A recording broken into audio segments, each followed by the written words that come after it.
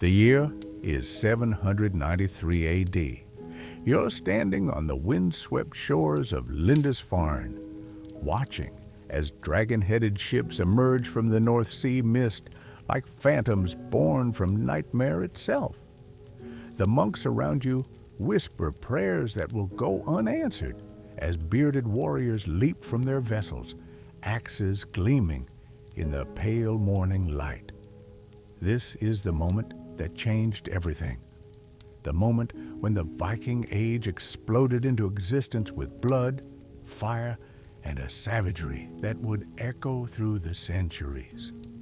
But here's the thing that'll keep you up tonight. Everything you think you know about Viking raids is probably wrong. Hey everyone, tonight we're diving deep into one of history's most brutal and misunderstood phenomena. I'm talking about Viking raids, and trust me, you're not ready for what you're about to discover. This isn't just another sanitized history lesson where we pretend medieval warfare was somehow noble. No, we're going to explore the savage, calculated, and absolutely terrifying reality of how a handful of Scandinavian warriors managed to terrorize an entire continent for over 2 centuries. So before we sail into these blood-soaked waters together, take a moment to like this video and subscribe, but only if you genuinely want to join us on these dark historical journeys. And drop a comment letting me know where you're watching from and what time it is there. I'm always fascinated to see who's awake with me during these late-night historical deep dives. Now dim the lights, maybe grab something warm to drink, and let's step back in time to witness the birth of terror itself. Picture this. You're a monk living on Holy Island known as Lindisfarne, off the northeastern coast of England. Your life is peaceful, predictable. You spend your days copying manuscripts, tending gardens, and serving God in one of the most remote and supposedly safe places in Christendom. The year is 793, and nothing has prepared you for what's about to unfold on that fateful June morning. The attack comes without warning. No declaration of war, no negotiation, no mercy. These aren't knights following chivalric codes. These are something else entirely.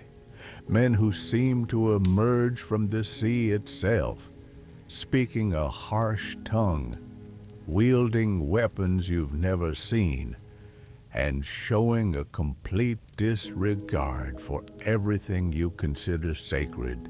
Within hours, your monastery lies in ruins. Your fellow monks are dead or dying. The treasures accumulated over generations have been loaded onto those terrifying ships. And you, if you're lucky enough to survive, are left to wonder what kind of devils could do such a thing to a house of God. This is how the Viking Age announced itself to medieval Europe.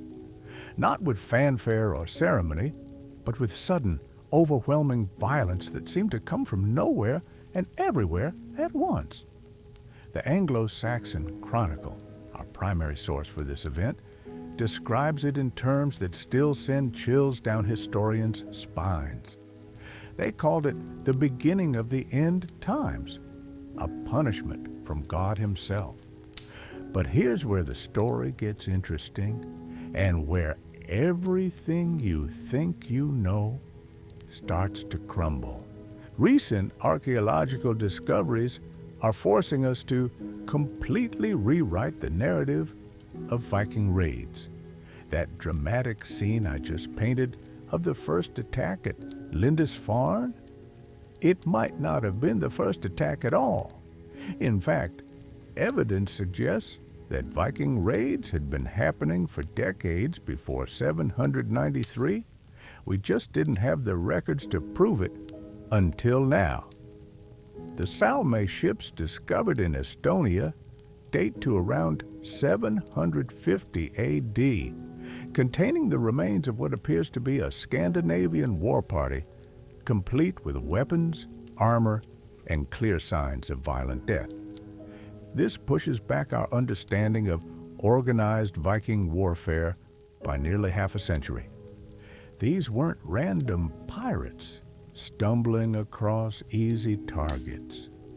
These were organized military expeditions that had been planned and executed with precision for generations before they ever reached the shores of England. Even more shocking is the discovery in southern England. While Lindisfarne gets all the attention as the first Viking raid, historical records now confirm that the actual first recorded attack occurred in Portland, Dorset, sometime between 786 and 802 AD. 3 ships of Northmen arrived near a royal residence and killed the king's reeve who rode out to meet them. This wasn't monks cowering in a monastery. This was a direct confrontation with royal authority, and the Vikings won decisively. But let's talk about what these raiders were actually like, because Hollywood has given us a completely distorted picture. Forget the image of savage barbarians randomly pillaging and burning everything in sight. The archaeological evidence reveals something far more sophisticated and, frankly, far more terrifying. These were professional warriors operating with military precision, advanced metallurgy, and tactical innovations that wouldn't look out of place in modern warfare manuals. Take their weapons, for example. Viking swords weren't crude clubs hammered out by village blacksmiths. Some of these blades, particularly the legendary Ulfberht swords, were made from steel of such high quality that it rivals early modern steel-making techniques. We're talking about weapons that were centuries ahead of their time, forged with techniques that medieval Europe wouldn't master for another 400 years. The Ulfberht swords are particularly fascinating because they contain crucible steel with carbon content so perfectly balanced that modern metallurgists struggle to explain how they were created. This wasn't accident or luck. This was advanced engineering applied to the art of killing, and it gave Viking warriors a decisive advantage over opponents wielding inferior weapons. But weapons are only as good as the warriors who wield them, and this is where Viking culture becomes truly disturbing. From childhood, Viking society was structured around the cultivation of violence. Boys were trained not just in combat techniques, but in the psychology of warfare. They learned to endure pain, to function under extreme stress, and to view death not as something to be avoided, but as a gateway to eternal glory. This wasn't just martial training. This was the systematic creation of human weapons, and it was guided by a religious framework that made violence not just acceptable, but spiritually necessary. In Norse mythology, the god Odin literally recruited the best warriors who died in battle to join his eternal army in Valhalla. Death in combat wasn't tragedy, it was promotion. This created a warrior culture where fear of death was not just overcome, it was completely inverted. The worst fate wasn't dying in battle, it was living too long and missing your chance at eternal glory.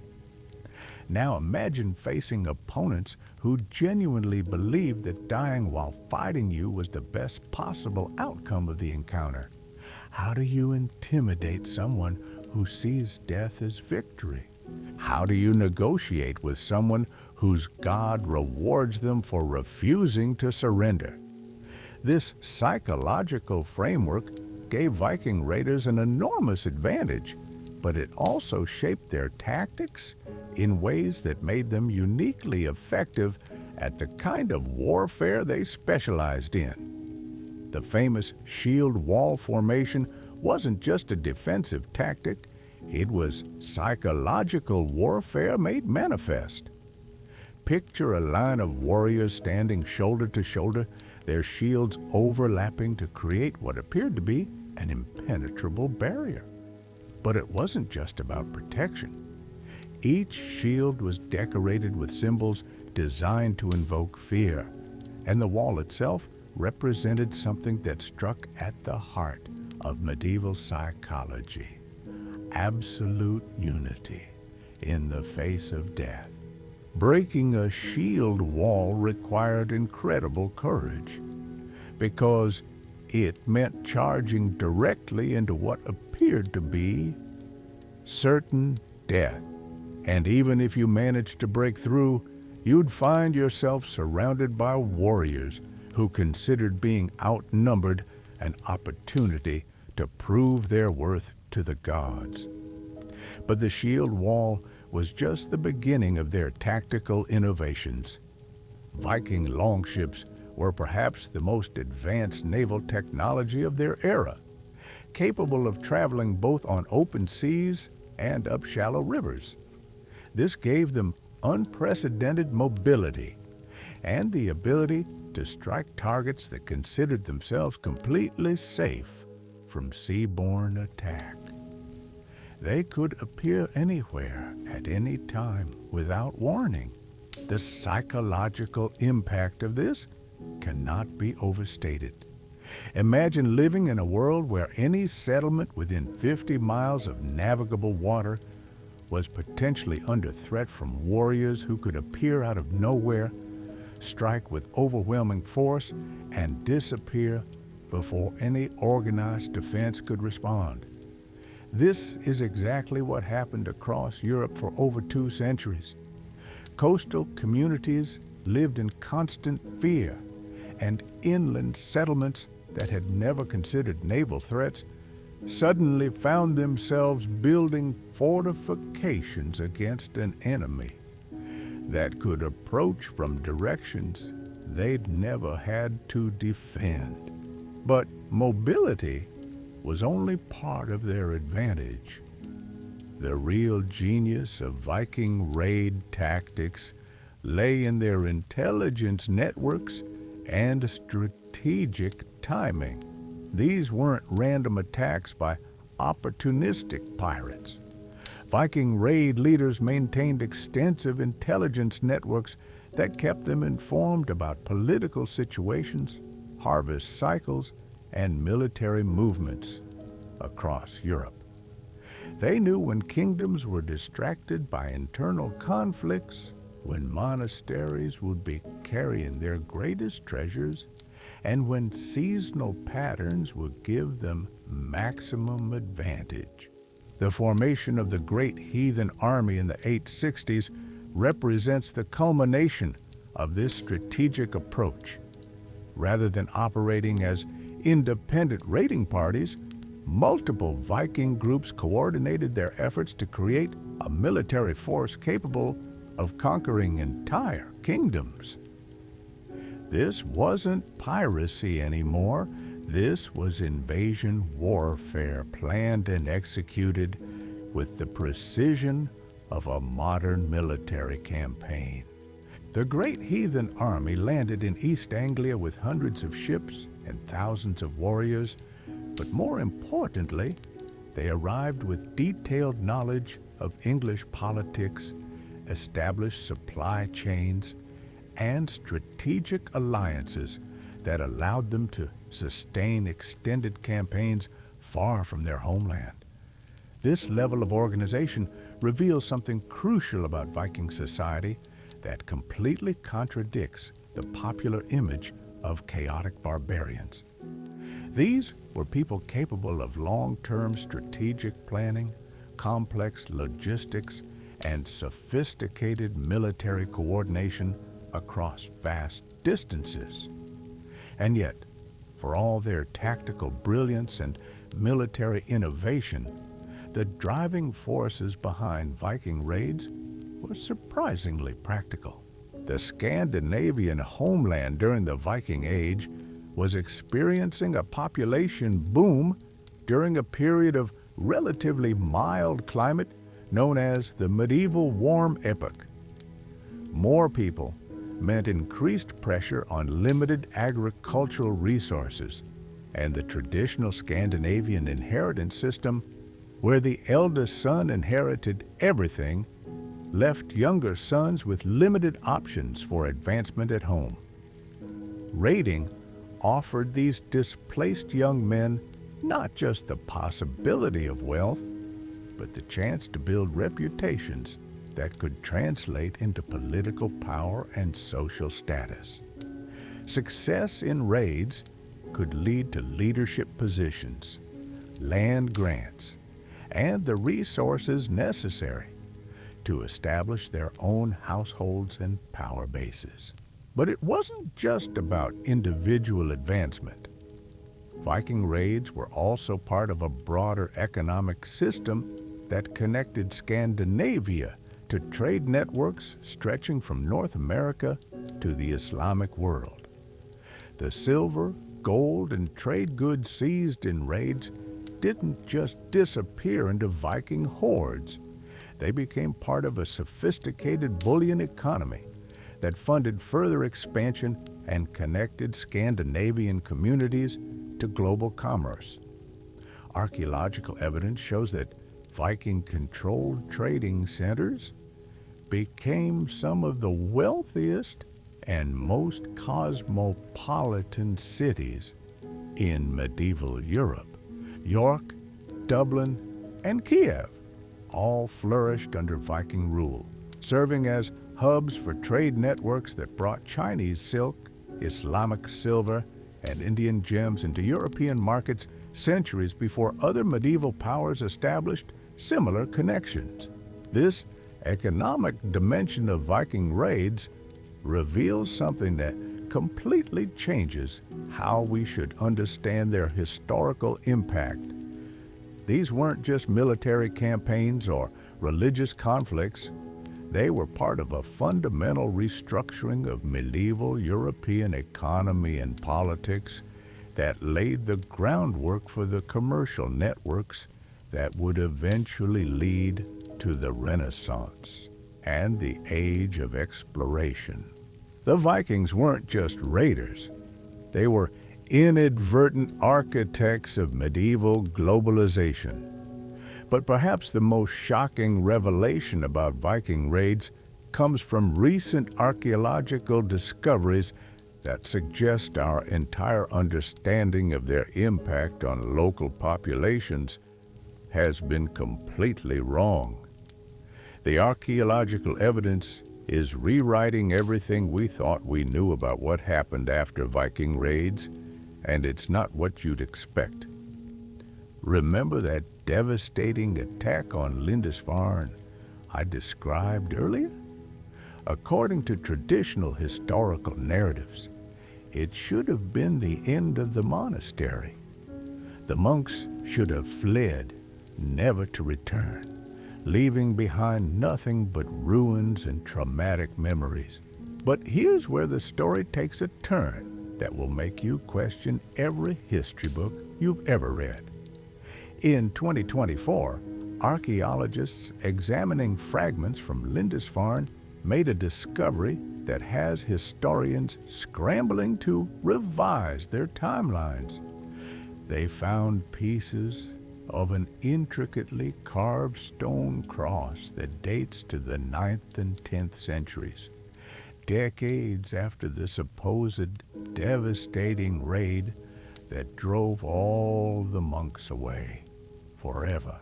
The carving is not just present, it's sophisticated, beautiful, and clearly the work of skilled artisans who had time, resources, and security. This means that not only did some monks stay after the raid, they continued creating art. They continued their scholarly work. They rebuilt, adapted, and carried on. The narrative of total destruction and abandonment that has dominated our understanding for over 1,000 years is simply wrong. The same pattern is emerging at sites across Britain and Ireland. At Lyminge Monastery in southeast England, historical records claim the monks fled to Canterbury after a Viking raid in 804 AD, never to return. But archaeological evidence now shows silver coins and other artifacts proving the monks came back and continued their work for several more decades. What's happening here is a fundamental challenge to how we've understood the relationship between Vikings and the communities they raided. The reality wasn't wholesale slaughter and permanent destruction. It was something far more complex and in many ways far more disturbing. Think about it from the perspective of survival. You're a monk whose monastery has just been raided. Your abbot is dead, half your brothers are gone, and your treasures have been hauled away in dragon ships. What do?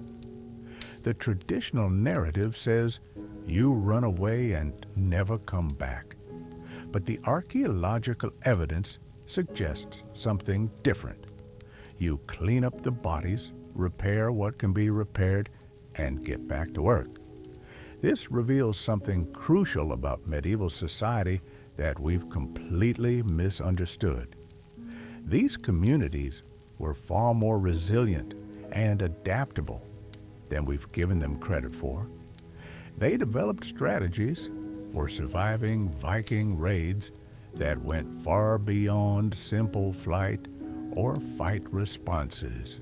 Some monasteries began paying tribute, essentially buying protection from raiders. Others established relationships with Viking leaders that guaranteed safe passage for their trade and communications. A few even began incorporating Viking warriors into their own defensive forces, creating hybrid military units that combined Christian and Norse fighting techniques. But the most shocking discovery involves what happened to the Vikings themselves after these raids. DNA analysis of burial sites across Britain and Ireland is revealing that many Vikings didn't just raid and leave. They stayed.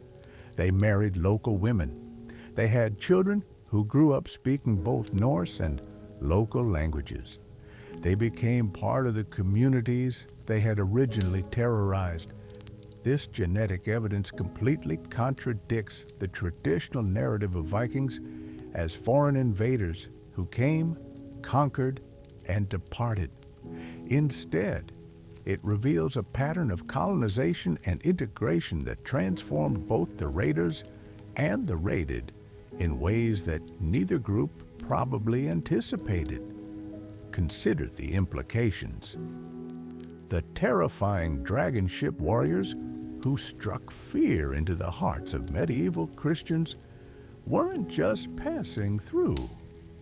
They were putting down roots, building homes, establishing businesses, and raising families alongside the very people they had once threatened with axes and spears. Yeah, this integration wasn't always peaceful or voluntary, of course. Many of these relationships began with violence and coercion, but over time, they evolved into something more complex. Hybrid communities where Norse and local cultures blended in ways that created entirely new social structures. York, which the Vikings called Jorvik, became a perfect example of this cultural fusion. Under Viking control, it grew from a modest Anglo-Saxon town into one of the largest and most prosperous cities in Northern Europe.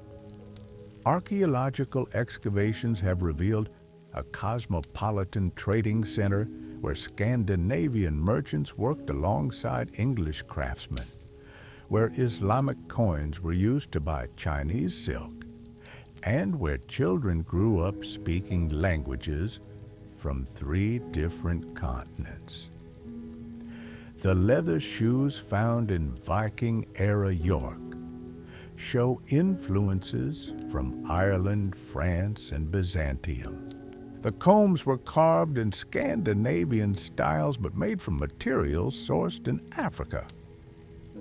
The jewelry incorporated techniques from Islamic metalworking traditions adapted for Norse artistic sensibilities. This wasn't conquest in the traditional sense. This was cultural transformation on a scale that Europe wouldn't see again until the Renaissance.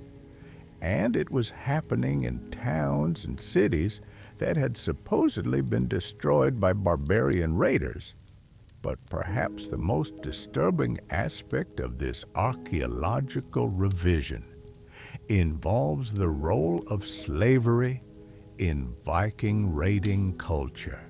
The term Viking itself may derive from the Old Norse word vik, meaning bay or inlet, but many scholars now believe it's connected to the practice of human trafficking that was central to the Viking economy.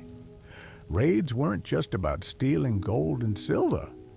They were about capturing people who could be sold in slave markets stretching from Dublin to Constantinople.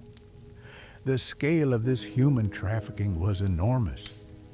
Estimates suggest that during the peak of the Viking Age, tens of thousands of people were captured and sold into slavery every year. Men were valued for their labor, women for both labor and reproduction, and children were particularly prized because they could be more easily integrated into their new societies. This slave trade created economic incentives that shaped the entire pattern of Viking expansion. Raids targeted not just monasteries with their portable wealth, but also settlements with large populations that could be efficiently captured and transported. The famous Viking longships weren't just warships. They were designed specifically to transport human cargo over long distances. Archaeological evidence from Dublin, which became one of Europe's largest slave markets during the Viking Age, reveals the industrial scale of this operation. Excavations have uncovered specialized holding facilities, auction sites, and even what appear to be workshops where captured craftsmen were forced to produce goods for export. But here's where the story becomes even more complex and morally ambiguous. Many of the people captured in Viking raids weren't just sold and forgotten. They became integrated into Viking society in ways that gave them opportunities for advancement that might not have existed in their original communities. Slaves could earn their freedom, become traders, even rise to positions of military and political leadership. The sagas tell stories of captured Irish monks who became advisors to Viking kings, of English craftsmen who established workshops in Scandinavian towns, of women taken from French convents who became the mothers of future jarls and chieftains. This doesn't excuse or minimize the horror of being captured and enslaved, but it does reveal that Viking society was more socially mobile and culturally flexible than many of the Christian kingdoms they raided. Paradoxically, some people may have found better opportunities as slaves in Viking communities than they had as free people in their original homes. The religious dimension of this cultural exchange is particularly fascinating and disturbing. Contrary to popular belief, most modern scholars now agree that Viking raids on monasteries and churches weren't motivated by religious hatred. Vikings weren't anti-Christian pagans trying to destroy Christianity. They were pragmatic raiders who targeted churches and monasteries for the same reason bank robbers target banks. That's where the money was. Medieval churches were essentially medieval banks, storing not just gold and silver ornaments, but also serving as safe deposits for the wealth of entire communities. They were also typically undefended, staffed by people who had taken vows of nonviolence and located in prominent positions that made them easy to find and assault. From a purely tactical perspective, churches were perfect targets. High value, low security, predictable locations, and minimal resistance. The religious symbolism was irrelevant to the raiders, even if it was traumatic for the victims. But the aftermath of these church raids reveals something unexpected about Viking attitudes toward Christianity. Many Viking leaders who raided Christian communities later converted to Christianity themselves. Some even became patrons of the very churches they had once plundered, funding reconstruction projects and donating treasures to replace what they had stolen years earlier. This wasn't necessarily hypocrisy or guilt. It was part of a pragmatic approach to religion that allowed Vikings to adapt their beliefs to local conditions and political necessities. The Norse religious system was polytheistic and flexible in ways that made it relatively easy to incorporate new gods and new practices. Archaeological evidence shows that many early Viking Christians practiced religious syncretism, wearing both Thor's hammer amulets and Christian crosses, invoking both Odin and Jesus, depending on the situation. The sagas preserve sayings like, "On land I worship Christ, but at sea I worship Thor," which wasn't considered apostasy, just practical spirituality. This religious flexibility gave Vikings enormous advantages when dealing with Christian communities. They could present themselves as fellow Christians when it was politically useful, while maintaining their traditional warrior culture and values. They could participate in Christian ceremonies and festivals while preserving their own cultural practices and social structures. The result was a gradual transformation of both Christian and Norse cultures that created hybrid religious and social systems across much of Northern Europe. Viking kings became champions of the church while maintaining Norse legal traditions. Christian monks incorporated Norse historical and literary traditions into their manuscripts. Local saints' cults absorbed elements of Norse mythology and ritual practice.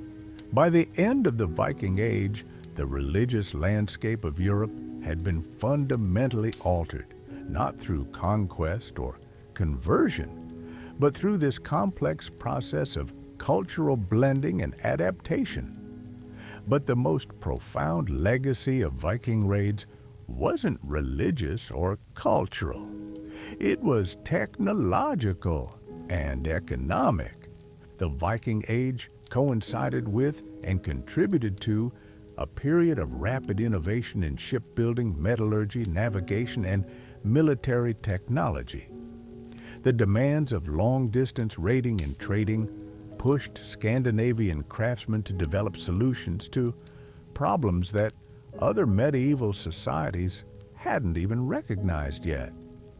Viking longships weren't just boats, they were technological marvels that combined shallow draft capability with open ocean seaworthiness in ways that wouldn't be matched by other European shipbuilders for centuries. They could navigate rivers that other vessels couldn't reach, survive Atlantic storms that would sink conventional ships, and be carried overland between river systems when necessary. The metallurgical techniques that produced those legendary Ulfbert swords represented advances in steel making that were centuries ahead of their time. The navigation methods that allowed Vikings to reach North America, circumnavigate Europe, and establish trade routes to Asia required mathematical and astronomical knowledge that rivaled the best scholars of their era. These innovations didn't disappear when the Viking Age ended. They were absorbed into the broader European technological tradition and became foundations for the maritime expansion that would eventually lead to the Age of Exploration. The economic networks established by Viking raiders and traders created commercial relationships and trade routes that persisted long after the last dragon ship had been retired. The cities they founded or expanded became major commercial centers that shaped European economic development for centuries. Perhaps most importantly, the Viking Age demonstrated that medieval Europe was far more interconnected and culturally dynamic than traditional historical narratives suggested. The image of isolated communities living in fear of barbarian raids has been replaced by evidence of complex, adaptive societies engaged in constant cultural and economic exchange across vast distances. The savage truth about Viking raids, it turns out, isn't about savagery at all. It's about the messy, complicated, often violent process by which medieval European civilization evolved from a collection of isolated kingdoms into an interconnected web of cultures, economies, and technologies that would eventually reshape the entire world. The Vikings weren't destroyers of civilization. They were unwitting architects of a new kind of civilization, one that was more mobile, more adaptable, and more globally connected than anything that had existed before. But there's one more aspect of Viking raiding culture that we haven't discussed yet. And it might be the most disturbing revelation of all. The archaeological evidence from the past decade has revealed something that challenges our most fundamental assumptions about Viking society itself. We've been so focused on the raids, the battles, and the conquest that we've missed what might be the most shocking truth of all. Viking women weren't just staying home while their men went off to war. Recent excavations across Scandinavia have uncovered female burials containing weapons, armor, and clear signs of combat injuries. We're not talking about ceremonial grave goods or symbolic offerings. These are the remains of women who lived, fought, and died as warriors. DNA analysis has confirmed that some of these warrior women traveled far from their homelands, participating in the very raids and conquests we've always assumed were exclusively male enterprises. The implications are staggering. Those terrifying dragon ships that struck fear across medieval Europe weren't crewed entirely by bearded men. Some of those axes were wielded by women who were every bit as skilled, ruthless, and psychologically prepared for violence as their male counterparts. This discovery forces us to completely reconsider the social structure of Viking expeditions. We're not looking at military campaigns in the traditional medieval sense, where armies of men left their families behind to go fight wars. We're looking at something closer to armed migrations, where entire communities, including women and children, were participating in the expansion and colonization of new territories. The written sources from the time occasionally hint at this reality, but they were usually dismissed by historians as mythological exaggeration. The sagas speak of shield maidens who fought alongside men, but scholars assume these were fictional characters created for dramatic effect. The Byzantine chronicles mention female warriors among the Rus, but historians explain them away as unusual exceptions or misunderstandings. Now we know these accounts weren't mythological at all. They were eyewitness descriptions of a reality that medieval chroniclers found so shocking they could barely process it. Imagine being a monk at Lindisfarne and realizing that some of the warriors storming your monastery were women. How do you even begin to describe that experience to people who have never encountered anything like it? How do you explain to a medieval Christian audience that these pagan raiders included female combatants who were just as lethal as the men? The psychological impact must have been enormous. Medieval European warfare operated according to strict gender roles and codes of conduct that simply didn't account for female warriors. Knights were trained to protect women, not fight them. The entire chivalric system was built around the assumption that warfare was exclusively masculine. Viking raids shattered these assumptions completely. They introduced a form of warfare where traditional gender roles didn't apply, where the rules of engagement that medieval Europeans took for granted were completely irrelevant. This gender integration extended beyond just combat roles. Archaeological evidence suggests that Viking trading expeditions, diplomatic missions, and colonization efforts all included women in leadership positions. The famous Viking exploration of North America included women who weren't just passengers or support staff, but active participants in navigation, trade negotiations, and settlement planning. The Vinland sagas describe women like Freydis Eriksdotter, who not only participated in the North American expeditions, but actually led them. She's portrayed as being every bit as ruthless and ambitious as any male Viking leader, willing to use violence and deception to achieve her goals.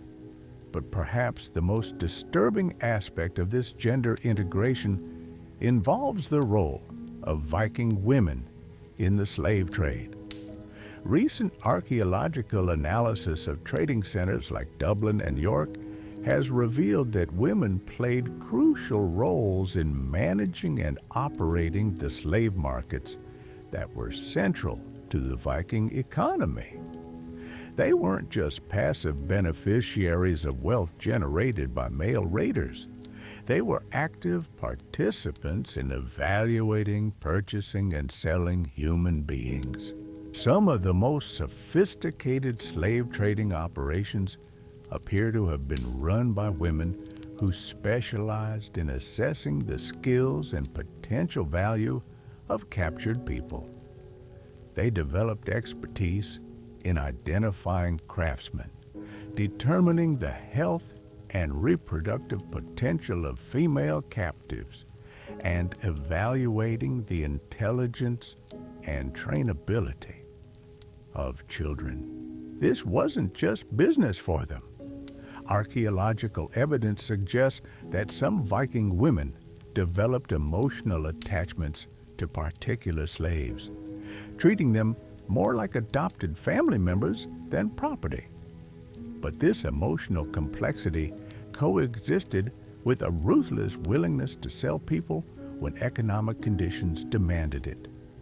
The result was a slave-trading culture that was simultaneously more brutal and more humane than anything that existed elsewhere in medieval Europe. Viking women could show genuine care and affection for enslaved people while also treating them as commodities to be bought and sold based on market conditions. This moral ambiguity extended to every aspect of Viking culture, and it's what makes them so difficult for modern people to understand or categorize. Take their approach to violence, for example. Archaeological evidence shows that Viking communities had remarkably low rates of interpersonal violence compared to other medieval societies. Despite their fearsome reputation as raiders, Vikings were actually less likely to kill each other in domestic disputes, criminal activities, or personal conflicts than their Christian neighbors. This apparent contradiction makes sense when you understand that Viking culture channeled violence outward toward external enemies and opportunities, rather than inward toward community members. The same psychological conditioning that made them devastating raiders also made them remarkably peaceful neighbors. Their legal system reflected this channeling of violence. Viking laws were incredibly sophisticated, with detailed procedures for resolving disputes, compensating victims, and maintaining social order. But these laws only applied within the community.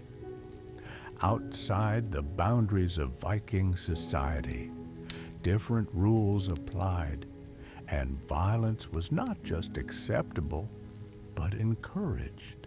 This created a dual moral framework that allowed Vikings to be simultaneously law-abiding community members and ruthless international raiders. They could massacre an entire monastery on Tuesday and return home to participate in a complex legal proceeding about property rights on Wednesday. The psychological mechanisms that made this possible are still being studied by modern researchers, but they appear to involve a form of cognitive compartmentalization that allowed Vikings to maintain separate ethical frameworks for different social contexts. This compartmentalization extended to their economic activities as well. Vikings could be scrupulously honest in their business dealings with other Vikings while simultaneously engaging in theft, fraud, and extortion when dealing with outsiders. The result was a society that was internally stable and externally predatory, capable of maintaining complex social institutions while also projecting violence across vast distances. But the most sophisticated aspect of Viking culture involved their approach to information warfare and psychological manipulation. Archaeological evidence from the past few years has revealed that Viking raids were preceded by extensive intelligence-gathering operations that rivaled modern espionage networks. They didn't just show up randomly at targets and hope for the best. They spent months or even years gathering detailed information about their intended victims.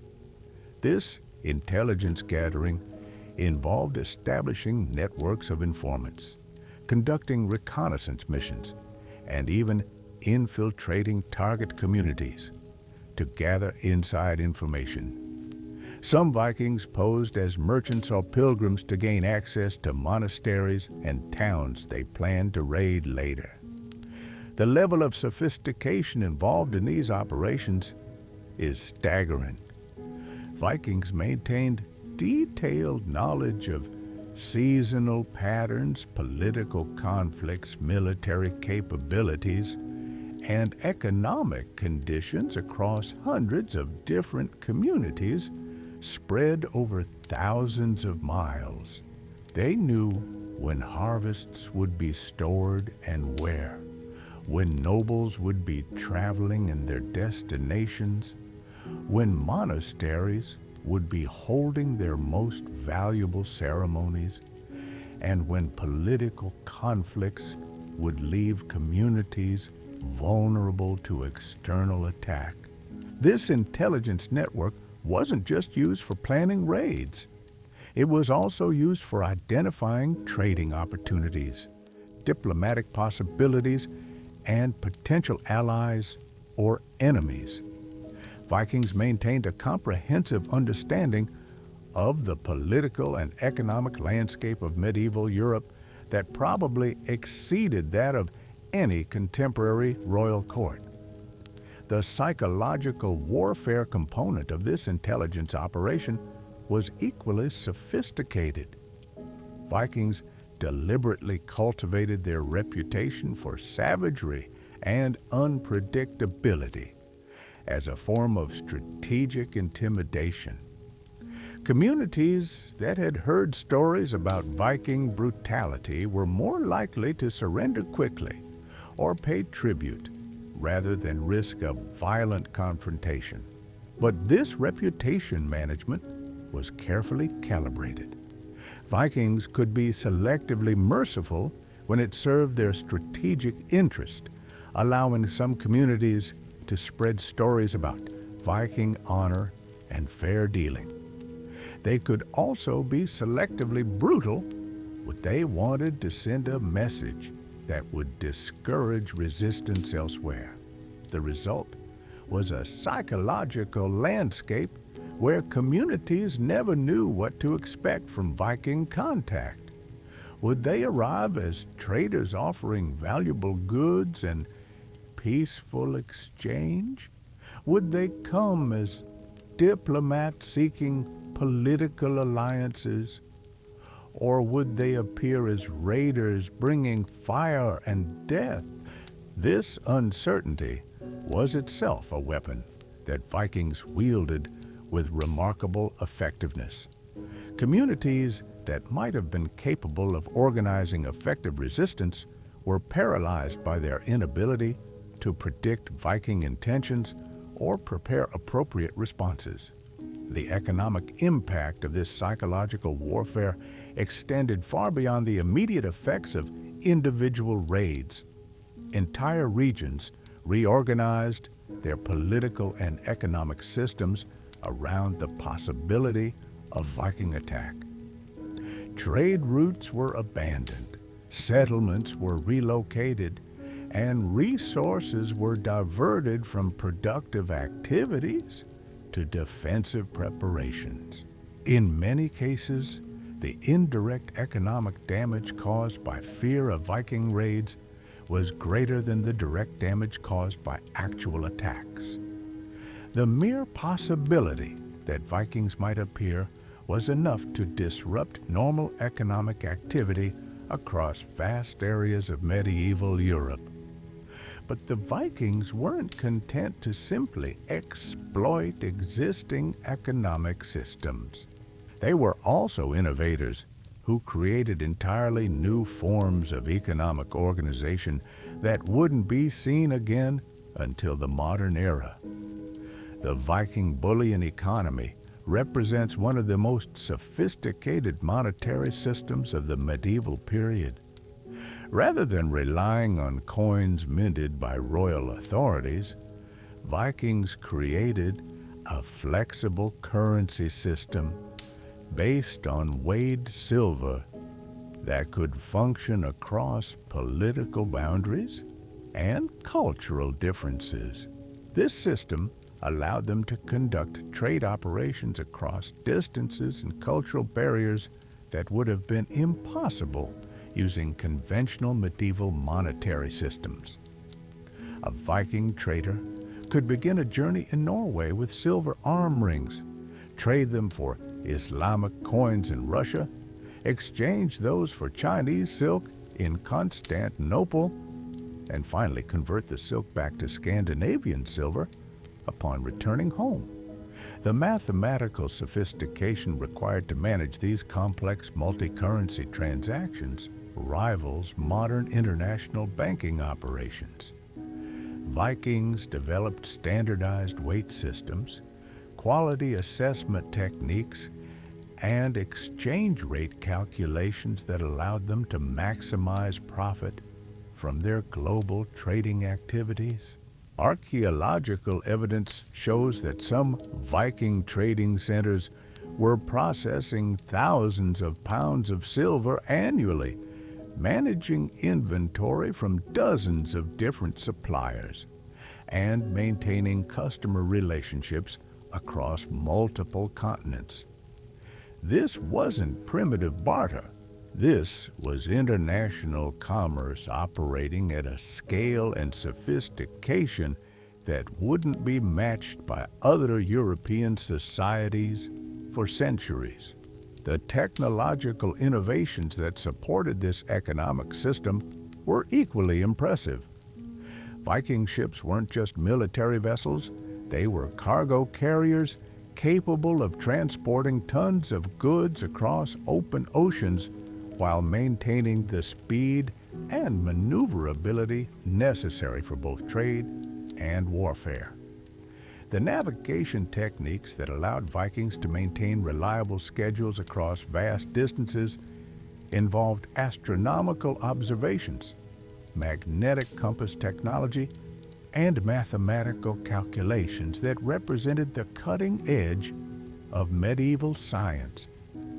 Some Viking navigators could determine their position in the North Atlantic using nothing but the position of the sun, the color of the water, and the behavior of seabirds. These techniques allowed them to maintain trade routes to Iceland, Greenland, and North America that remained reliable for centuries. The metallurgical innovations that produced Viking weapons and tools were equally advanced. The crucible steel techniques used to create Ulfberht swords involved temperature control and chemical knowledge that wouldn't be mastered by other European smiths for hundreds of years. So, there you have it. The savage truth about Viking raids isn't what you expected, is it?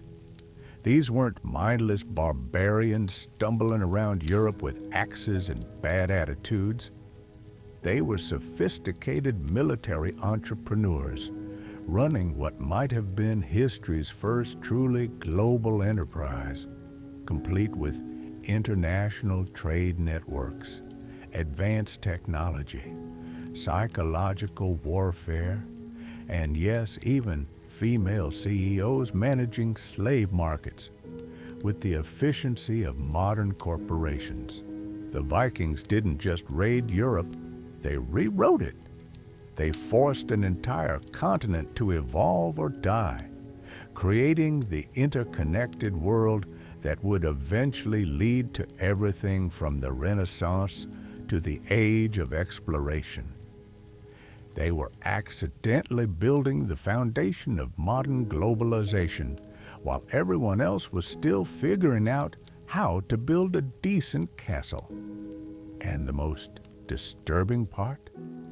They did it all while maintaining a moral framework that allowed them to be loving family members and ruthless international predators at exactly the same time. That's not savagery. That's psychological sophistication that makes modern military strategists look like amateurs. Sweet dreams, everyone. Try not to think about what other historical facts are completely wrong while you're lying there in the dark. And if you hear the sound of oars cutting through water outside your window, well, it's probably just your imagination. Probably.